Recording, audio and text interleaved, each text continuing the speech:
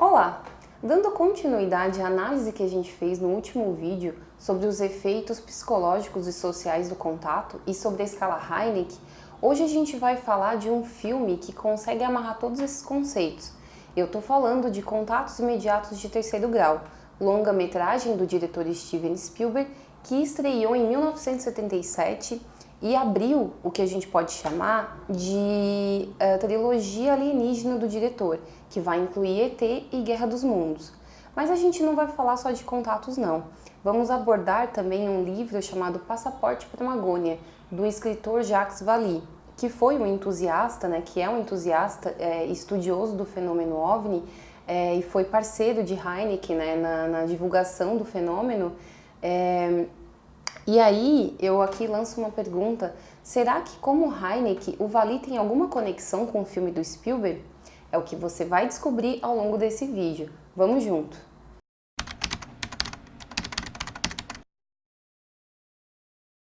Bom, vale destacar que Contatos, ele precedeu em quase uma década o que talvez seja o passeio mais famoso do diretor pela UFO Land, pela Terra dos OVNIs, que é ET, o extraterrestre, e em 3 décadas, Guerra dos Mundos, que foi uma adaptação do escritor H.G. Wells. E é interessante perceber que várias questões que ele vai semear em Contatos, ele vai desenvolver, vai trabalhar melhor nesses filmes posteriores. Se a gente parar para analisar a trajetória do Spielberg, logo a gente percebe que ele ficou famoso por retratar em suas produções, geralmente mega produções, essa relação entre humanos e não humanos, de inteligência artificial a dinossauros.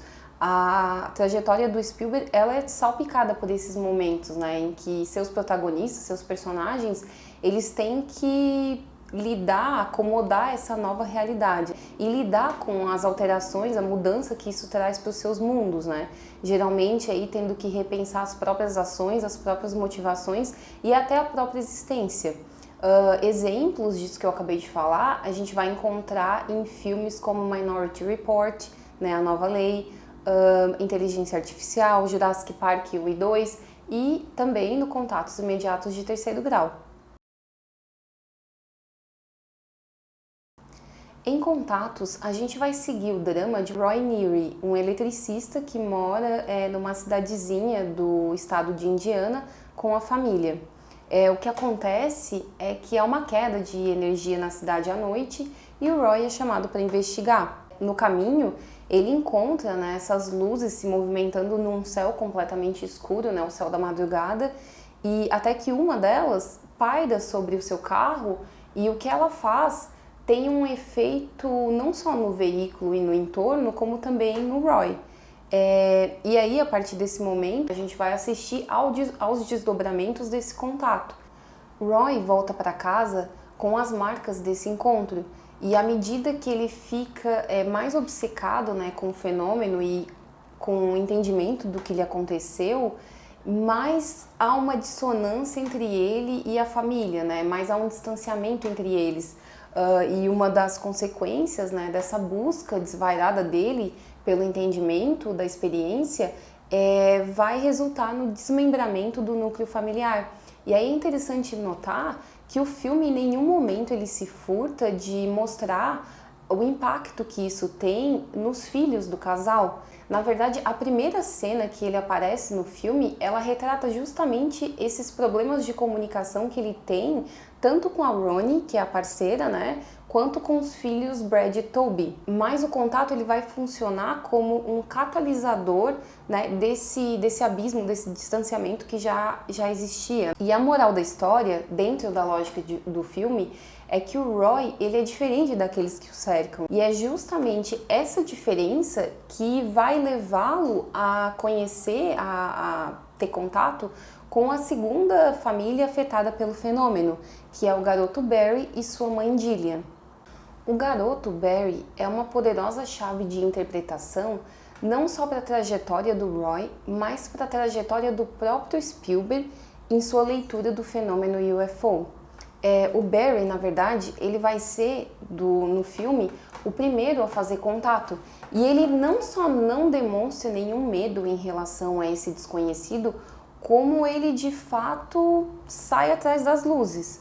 E é a fixação dele, na verdade, essa perseguição que ele começa, que vai literalmente fazer com que os caminhos de Gillian e Roy se esbarrem. Até aqui, a gente falou da trajetória de duas famílias comuns, ou seja, civis, né, e sua relação com o fenômeno OVNI. Mas o Contatos, ele vai trazer também outra linha narrativa, que é a das instituições governamentais, sejam elas científicas ou militares, né? E aí, essas iniciativas, elas vão ser representadas pelos personagens de Claudia Lacombe, David Laughlin e Major Walsh. Então, aqui você vai ter duas perspectivas, né? Uma perspectiva das famílias que são afetadas pelo fenômeno e sua busca, né, por compreender o que aconteceu, e a perspectiva oficial, que é de profissionais, né, procurando entender e estudar o fenômeno à distância, não necessariamente tendo sido afetados por ele. É na base do monte conhecido como Devil's Tower, em Wyoming, que o caminho de Roy e Gillian ele vai esbarrar com o dos cientistas, né, com o do Lacombe. O Lacombe, que é interpretado também pelo cineasta François Truffaut, ele vai perceber, né, a conexão que o Roy tem com o local, com o evento que está prestes a acontecer, a angústia, né, do personagem por não entender o que aconteceu e sua resiliência frente à farsa que é montada pelos militares. E aí o Lacombe ele vai declarar que se trata de um fenômeno sociológico, porque o Roy ele é representativo de um grupo de pessoas que apresentam os mesmos sintomas. Um contato bem sucedido é estabelecido então com esses ufonautas, que na verdade são sim os responsáveis tanto pelos eventos investigados por Lacombe, quanto pela abdução do Barry e pela obsessão do Roy. E a partir desse momento, o contato ele vai ganhar áreas oficiais. Há toda uma organização e estrutura, não só física, mas também científica, para tornar esse oi intergaláctico, interplanetário, possível. E o resultado é o retorno de um grupo de abduzidos que transcende em tempo e espaço aquele momento. Pouco a pouco, descem das aeronaves pessoas com trajes bem distintos, assim, de eras bem diferentes, séculos diferentes da história da humanidade. Entre eles está o Barry. E no meio, né, das centenas de rostos perplexos dos militares e cientistas envolvidos na operação, o Lacombe ele vai identificar o Roy. E então ele convida o Roy para participar de uma missão pioneira, que é embarcar nos UFOs com as pequenas criaturas que aparecem depois do retorno dos abduzidos. Nesse momento, o Roy aceita sem titubear e vai ter uma despedida, né, simbólica do Barry e da Gillian, que agora assistem tudo à distância. Aqui, a câmera ela vai pular do rosto do Roy para o rosto do Barry, sinalizando ao espectador que um é o futuro do outro. Ou seja, a gente entende que talvez o Roy tenha tido um contato similar na infância, né? E que mesmo que essa memória tenha sido reprimida ao longo da vida dele, isso tornou mais apto, mais predisposto a ter um contato com as criaturas que a maioria das pessoas. Essa reação às entidades não humanas, ela é representada no filme por Barry, mas ela vai ser desenvolvida em outro filme do diretor, que é o ET, o extraterrestre, né? Por meio do personagem Elliot e de seus irmãos. Na verdade, se trata de uma idealização da figura da criança, que, diferente dos adultos, lida com o desconhecido de uma forma mais aberta, sem barreiras, né? E tenta estabelecer com ele um vínculo como faria com qualquer semelhante. E aí isso talvez seja um reflexo do comportamento e do semblante das próprias criaturas, das próprias entidades, que parecem, pelo menos à primeira vista, mais com personagens como Barry e Elliot e com personagens sonhadores como Roy, do que com a postura mais analítica, mais impertigada dos cientistas. É no meio dessa comoção final que a gente vai notar o cameo do Dr. Hynek. Como eu comentei no vídeo anterior, o Hynek ele serviu de consultor técnico para o filme e ele trouxe consigo algumas ideias de seu colaborador Jacques Vallée, que no filme é representado pelo Lacombe. Jacques Vallée é um proeminente pesquisador, né, do fenômeno UFO e também é o escritor do livro que eu mencionei, Passaporte para a Amazônia, sobre OVNIs, folclores e mundos paralelos. E no livro ele vai argumentar que, né, o folclore contemporâneo em torno das luzes no céu e dos ufonautas, ele é comparável, ele ecoa o folclore de outras eras em torno de seres como fadas e duendes e até de eventos, né, aparições que foram interpretadas por um viés religioso.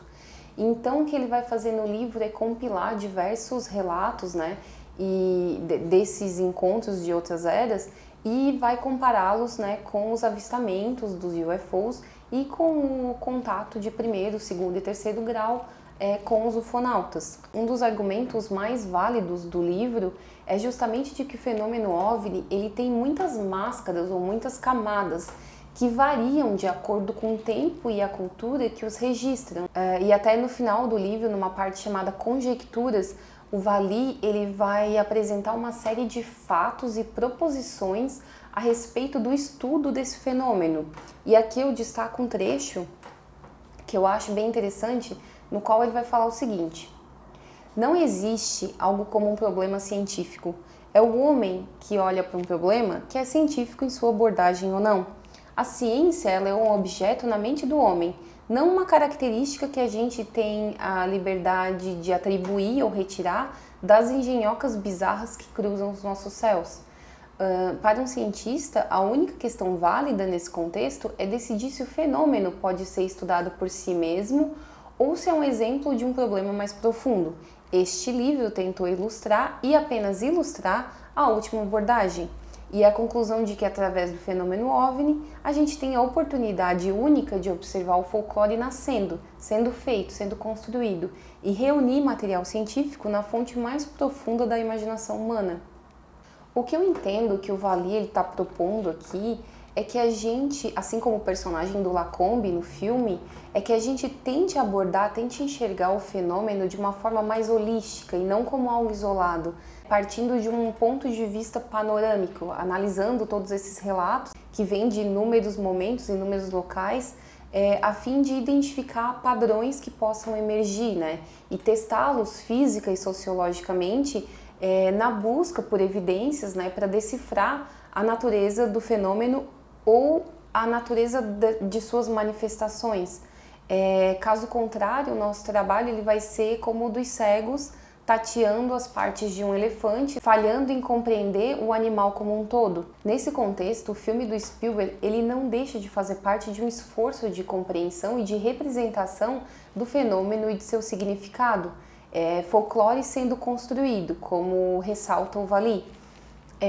Inclusive, unindo esse viés interpretativo mais pessoal, representado no filme por Roy, junto com as investigações sistemáticas e mais científicas, né, de Lacombe, casando a leitura criativa do diretor Spielberg com as análises e as ideias, né, trazidas pelo Hynek e pelo Vallée, que uma catarse coletiva é de fato alcançada, respondendo, pelo menos em parte, os anseios de todas as linhas narrativas, de todos os envolvidos, né, com o fenômeno.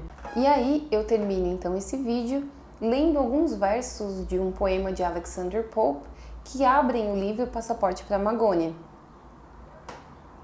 Então o homem, ainda que pareça aqui primeiro, pode agir como o segundo. Por ordem de um plano desconhecido, mova alguma roda ou aflua para certo destino, vemos, pois, apenas uma parte e não o todo.